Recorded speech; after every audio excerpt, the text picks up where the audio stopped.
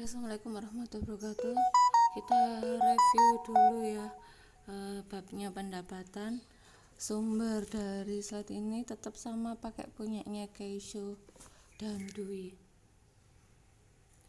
Pengakuan pendapatan adalah arus masuk dari manfaat ekonomi yang timbul dari aktivitas normal entitas selama suatu periode.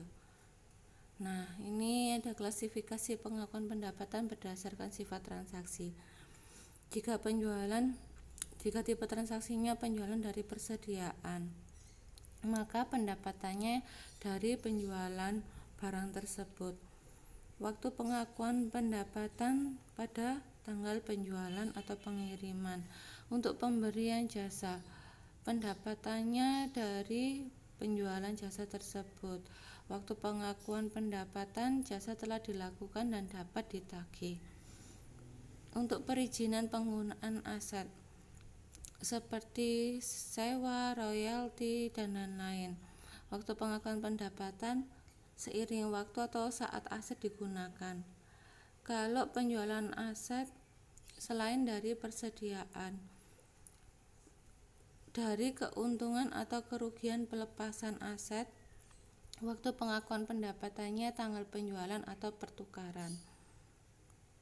Penjualan dengan perjanjian beli kembali. Jika terdapat perjanjian beli kembali dengan harga tertentu dan harga ini dapat menutup semua biaya persediaan ditambah biaya kepemilikan yang terkait, maka persediaan dan kewajiban yang terkait itu tetap ada dalam pembukuan penjual. Penjualan dengan hak retur. Tidak mencatat penjualan sampai seluruh hak retur habis. Mencatat penjualan tetapi mengurangi penjualan dengan estimasi retur di masa depan. Mencatat penjualan serta memperhitungkan retur pada saat terjadi. Trade loading dan channel stuffing. Ini nanti saya kasih videonya ya. Nanti kalian lihat di video itu biar paham. Tapi sebenarnya trade loading dan channel stuffing ini merupakan window dressing. Windows dressing itu apa? Tahu Windows dressing? Windows dressing itu mempercantik laporan keuangan. Mempercantik itu bukan laporan keuangannya dihias dikasih warna-warni atau gambar apa, bukan. Tapi laporan keuangannya itu dibuat semenarik mungkin di mata investor. Dengan cara bagaimana? Dengan cara misalnya hutangnya kecil, terus labanya besar. Nah, kalau ini dilakukan dengan cara kayak gini contohnya. Misalnya pada akhir tahun, misalnya sales itu menawarkan barang ke toko. Tokonya biasanya ngambil hanya dalam setiap orderan hanya mengambil 10 dos dari tipe barang A. Nah, ketika akhir tahun sales itu menawarkan, udah Bu, misalnya kayak gini ya, udah Bu, ambil aja 100 dus, nanti bisa diretur pas ketika setelah tutup buku.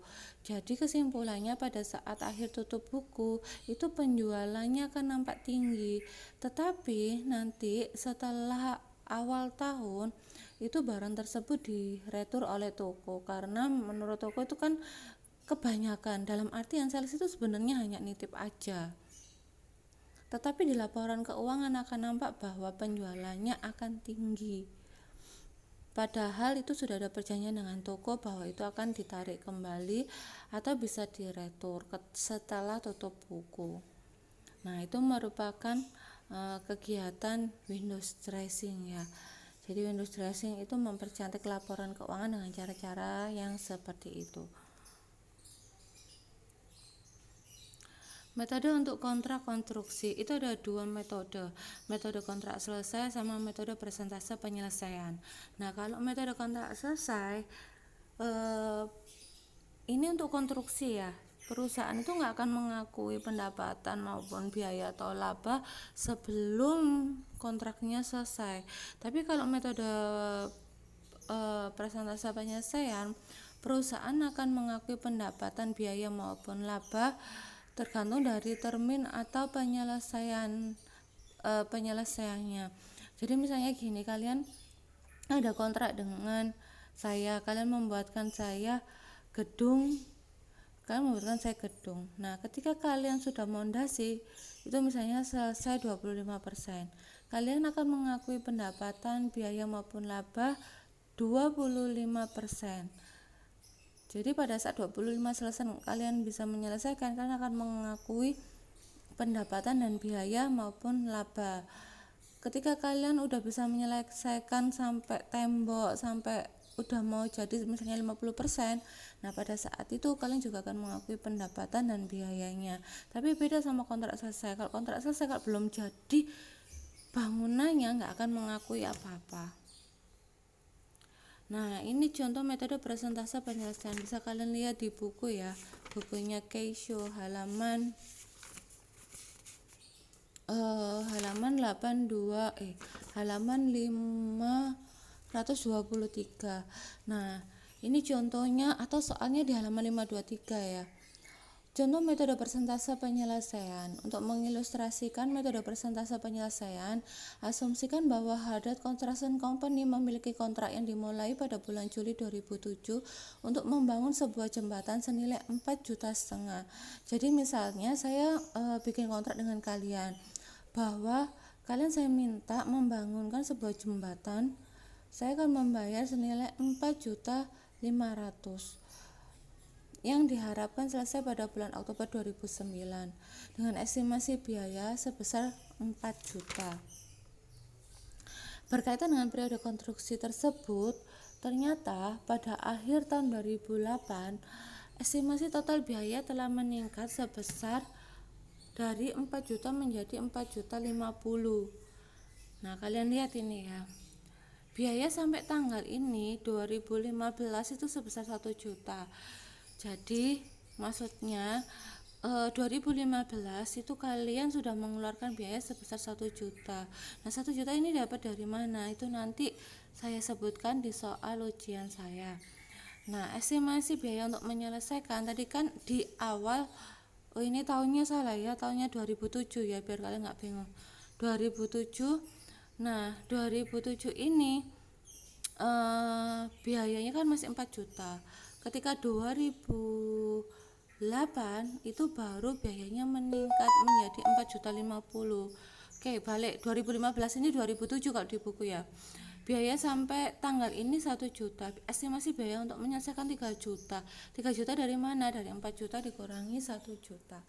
Nah, termin selama tahun berjalan sebesar 900. Ini juga nanti akan diketahui di soal. Kas yang tertagih selama tahun berjalan 750.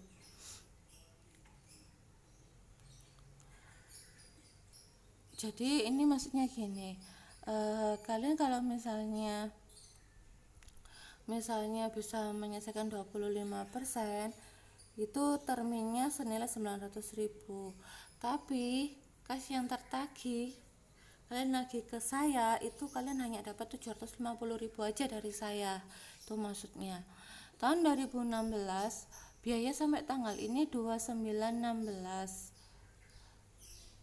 Jadi tahun 2016 itu kalian mengeluarkan biaya 2.916. 2.916 ini sudah termasuk akumulasi 1 juta yang tahun 2007 ya. Kalau di buku 2007 ya. Nah, 2.916 ini dari mana? Dari 1 juta ditambah biaya tahun 2008-nya sendiri itu 1.916.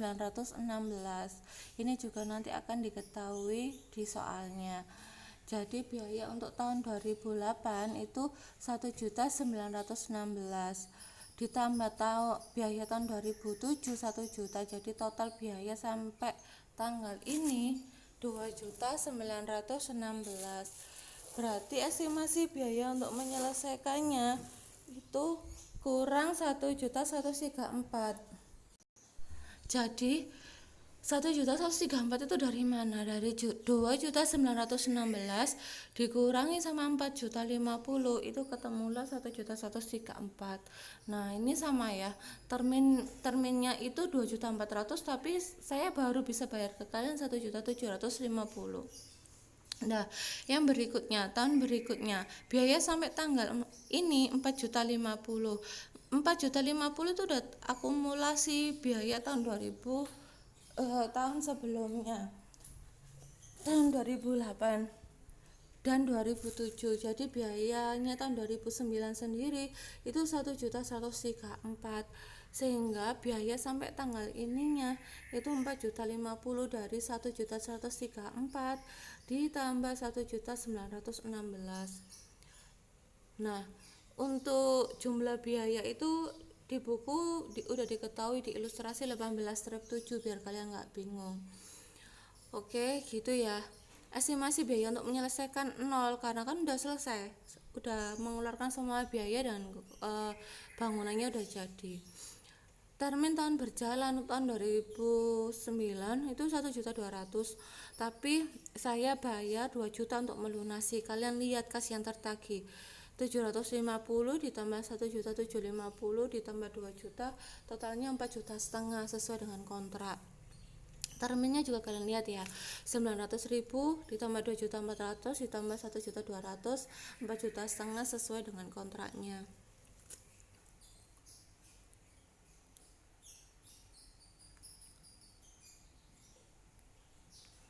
Oke, ilustrasi 18-6. Nah, ini presentase penyelesaian penerapan metode persentase penyelesaian dasar biaya terhadap biaya. Nah, untuk tahun 2007 harga kontraknya 4,5 juta. Biaya sampai tanggal ini 1 juta. Estimasi biaya untuk menyelesaikan 3 juta. Ini kalian harus ngelihat tabel sebelumnya, slide yang sebelumnya ya. Estimasi total biayanya 4 juta.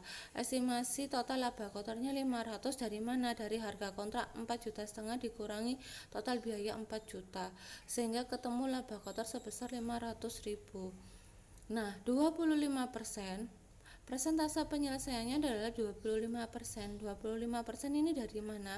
Dari biaya tanggal sampai tanggal ini dibagi estimasi total biaya. Jadi 1 juta dibagi 4 juta ketemu 25%. Untuk tahun 2008 harga kontraknya 4,5 juta. Estimasi biayanya 2.916. Estimasi biaya untuk menyelesaikan 1.134. Total biayanya 4.050. Estimasi laba kotornya 450 dari mana? Dari 4,5 juta dikurangi 4.050. 72% dari 2.916 dibagi 4.050 total biayanya. Nah, untuk tahun berikutnya sama seperti itu, bisa ya. Jadi udah ketemu persentase penyelesaiannya 25%, 72% dan 100%.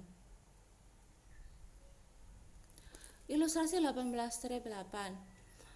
Pendapatan yang diakui untuk tahun 2007 4,5 juta itu dari kontrak dikalikan 25% yang sebelumnya tadi yang udah diketahui 25% untuk tahun 2007 sejumlah 1.125 dari 4,5 juta dikali 25%. Yang berikutnya tahun 2008 4,5 juta dikalikan 72%, ketemunya 3.240 dikurangi pendapatan yang diakui pada tahun 2007 1.125 sehingga pendapatan tahun 2008 2.115. Nah, kalian lihat ya, 72% ini 3.240 itu sudah termasuk pendapatan di tahun 2007 sehingga harus dikurangi pendapatan tahun 2007 sebesar 1.125 sehingga bisa diketahui pendapatan tahun 2008-nya itu 2.115. Paham ya? 3.240 itu termasuk akumulasi dari pendapatan tahun 2007. Kalian harus nyari pendapatan 2008-nya sendiri berapa, yaitu dengan cara 3.240 dikurangi pendapatan tahun 2007 sehingga ketemu untuk pendapatan tahun 2008 2.115. 2009 4,5 juta dikali 100%, 4.500.000 dikurangi pendapatan yang diakui pada tahun 2007 dan 2008, sehingga untuk pendapatan tahun 2009-nya sendiri 1.260.000. Jadi 4,5 juta dikurangi 3.240 pendapatan 27 dan 2008, sehingga untuk pendapatan tahun 2009-nya 1.260. Laba kotor yang diakui pada tahun 2007 500.000 ini dari mana? Dari slot yang sebelumnya ya, yang laba kotor. Nah, kalian lihat di sini. Laba estimasi laba kotor 500.000, 450, 450. Jadi 500.000 untuk tahun 2007, 450 2008 dan 450 tahun 2009. Nah, ini kalian lihat 2007 500.000 kali 25%, 125. Tahun 2008 450 kali 72%, 324. Sama seperti tadi, 72% ini kan termasuk akumulasi dari tahun 2007. Jadi 324 harus kalian kurangi laba tahun 2007 125, sehingga bisa diketahui bahwa laba kotor tahun 2008 199. Untuk tahun 2009 450.000 dikali 100% ketemu 450, dikurangi laba tahun 2007 dan 2008 324, sehingga laba kotor untuk tahun 2009-nya sendiri 126. Ilustrasi 18-8 untuk laporan laba rugi. Pendapatan dari kontrak jangka panjang 1.125 dikurangi biaya konstruksinya 1 juta, sehingga ketemu laba kotornya 125. Tahun 2008 2.115 dikurangi 1.916 ketemu 199. 2009-nya juga sama kayak gitu caranya. Nah, cara itu bisa kalian lihat. Jawaban ini bisa kalian cross check dengan ilustrasi 18-8. Untuk misalnya contohnya kayak gini, pendapatan tahun 2008 ya. 2.115 dari mana ada? Kalian lihat di sini. Ilustrasi 18-8 tahun 2008, kalian lihat pendapatan tahun 2008 2.115 gitu ya.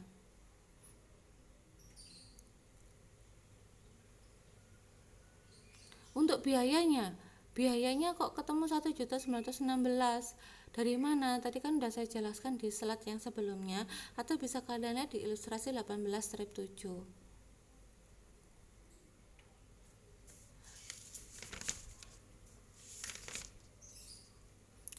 Oke, berikutnya adalah membedakan antara ini, maksudnya ilustrasi 18-13 dan 18-14 ya. Bisa kalian lihat di ilustrasi 18-13 dan 18-14. Ini untuk membedakan antara kontrak selesai sama penyelesaian. Untuk laba kotor yang diakui ketika presentase penyelesaian, kalian lihat 2007 mengakui 125, sedangkan kontrak selesai 0.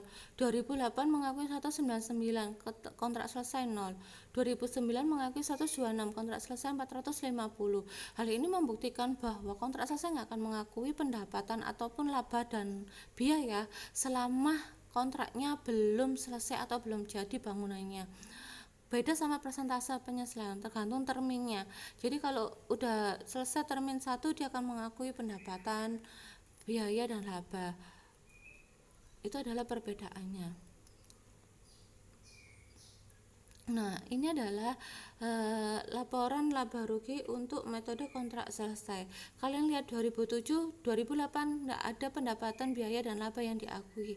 Tapi langsung 2009 ketika bangunan atau jembatannya itu sudah selesai, baru dia mengakui adanya pendapatan, biaya dan laba kotor. Kerugian atas kontrak yang tidak menguntungkan. Ini kayaknya agak ini ya. Ini bisa kalian lihat di buku juga ya.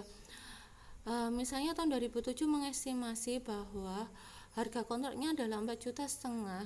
Perusahaan kontraktor memprediksi bahwa biaya yang dikeluarkan hanya 4 juta, sehingga estimasi laba kotornya 500.000. Ini nggak ada hubungannya sama yang tadi ya. Untuk angka-angkanya sebagian ilustrasinya sama kayak tadi, tapi kalau untuk angka yang ini 2008-nya ini nggak ada hubungannya sama yang soal sebelumnya. Jadi ini hanya memberikan contoh aja bahwa kontrak yang nggak menguntungkan itu yang bagaimana. Jadi untuk tahun berikutnya adalah harga kontraknya 4,5 juta tahun 2008, ternyata biaya untuk menyelesaikannya itu menghabiskan 4.556.250, sehingga perusahaan kontraktor tersebut rugi sebesar 56.250. Nah, itu adalah kerugian atas kontrak yang tidak menguntungkan. Kesimpulannya, kerugian itu akan muncul jika biaya selama konstruksi itu akan mengalami kenaikan, sehingga kontraknya 4,5 juta, ternyata biayanya yang dikeluarkan 4.566, sehingga perusahaan mengalami rugi 56.250. Oke, berikutnya adalah pengakuan pendapatan setelah penyerahan. Metode akuntansi penjualan cicilan. Penjualan cicilan sebesar 200.000, HPP-nya adalah, saya kasih contoh yang 2007 ya. Penjualan cicilan 200.000, HPP-nya 150, sehingga laba kotornya adalah 50.000 dari 200 kurangi 150. Nah, tingkat laba kotor atas penjualan 25%. 25% itu dari 50.000 dibagi sama 200.000. Penerimaan kasnya untuk penjualan tahun 2007 60.000. Jadi misalnya kalian menjual barang senilai 200.000 ke saya akan bayar untuk di tahun 2007 itu 60, di tahun 2008 saya bayar 100.000, di tahun 2009 saya akan bayar 40.000. Nah, saya akan lunas pada tahun 2009. Paham ya?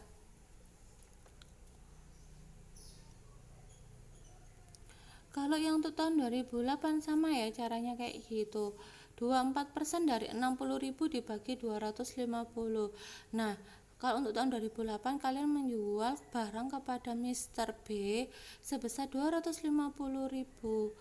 Nah, itu kalian bayarkan 2008 di tahun 2008 kalian bayarkan 100, di tahun 2009 kalian bayarkan 125, di tahun berikutnya kalian bayarkan 25.000.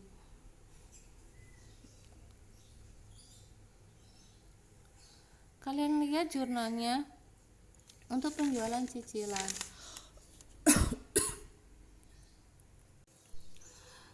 Untuk tahun 2007 jurnalnya piutang usaha pada penjualan cicilan sebesar 200.000.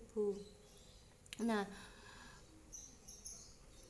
kalian lihat juga yang berikutnya. Ketika saya membayar ke kalian, jurnalnya kas pada piutang usaha sebesar 60.000. Yang berikutnya 150, HPP pada persediaan 150.000, itu jurnalnya seharusnya gabung sama jurnal yang paling atas ya.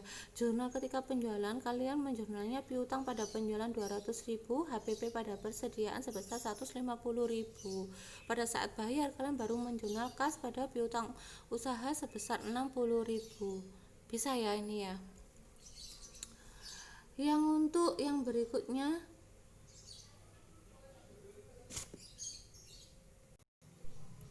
nah yang jurnal bawahnya lagi, untuk penjualan cicilan 200.000, HPP nya 150, laba kotor yang ditangguhkan sebesar 50.000. Laba kotor yang ditangguhkan untuk tahun 2007 sebesar 15.000 pada laba kotor yang direalisasi atas penjualan cicilan sebesar 15.000. Seperti tadi yang di slide awal ya, bahwa labanya itu akan diakui ketika saya sudah mulai membayar. Jadi kalian mengakui 15.000. 15.000 itu dari mana? Dari 25% dikalikan sama 50.000. Jadi tadi yang mana? Laba kotor yang ditanggung 15.000 itu dari 25% dikalikan jumlah yang saya bayarkan atau yang saya cicil, yaitu 60.000. Jadi 25%-nya dari 60.000 ya 15.000. Metode pemulihan biaya. Tidak ada laba yang diakui sampai pembayaran kas oleh pembeli melebihi harga barang dagangan yang dijual oleh penjual. Ini bisa kalian lihat di buku, juga di ilustrasi 18/28. Jadi contohnya, untuk mengilustrasikan metode pemulihan biaya, asumsikan bahwa pada awal tahun 2007, Fosmeyer Manufacturing menjual persediaan dengan harga 25.000 kepada Hackley Company seharga 36.000. Hackley akan melakukan pembayaran sebesar 18.000 pada tahun 2007, 12.000 pada tahun 2008, dan 6.000 pada tahun 2009. Nah, kalian lihat jurnalnya pada tahun 2007. 2007 tadi kan Hackley bayar sebesar 18.000. Pendapatannya 36.000. HPP-nya pendapatan ini tadi ya. Udah disebutkan di soal.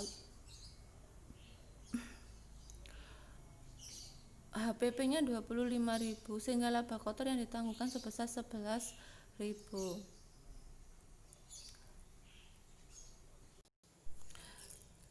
Jadi laba kotor yang diakui 0. Kenapa 0? Tadi saya sebutkan bahwa untuk metode pemulihan biaya nggak akan mengakui laba sampai pembayaran kas oleh pembeli melebihi harga pokok barang dagangan yang dijual.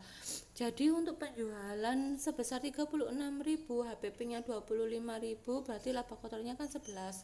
Nah, HPP-nya 25 pada tahun 2007, ini saya baru bayar 18.000, berarti belum melebihi HPP.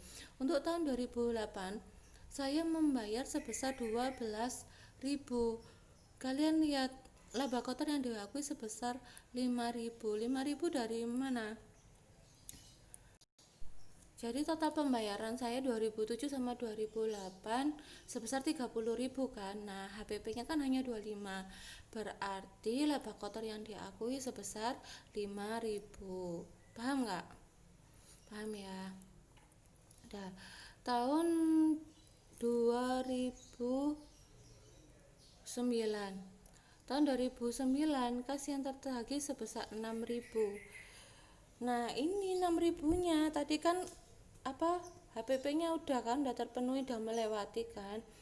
Berarti untuk tahun 2009 diakui semua sebesar 6.000 untuk laba kotornya.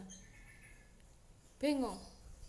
Jadi kayak gini, misalnya kalian jual ke saya 36.000 untuk barang A. Nah, HPP-nya itu 25.000. Pada tahun 2007 saya bayar ke kalian 18. Itu kan belum ngakui laba karena besarnya pembayaran saya belum melebihi HPP. Karena saya bayar 18, HPP-nya kan 25. Jadi untuk tahun 2007 belum mengakui laba. Nah, pada tahun 2008 saya nyicil kedua 12.000.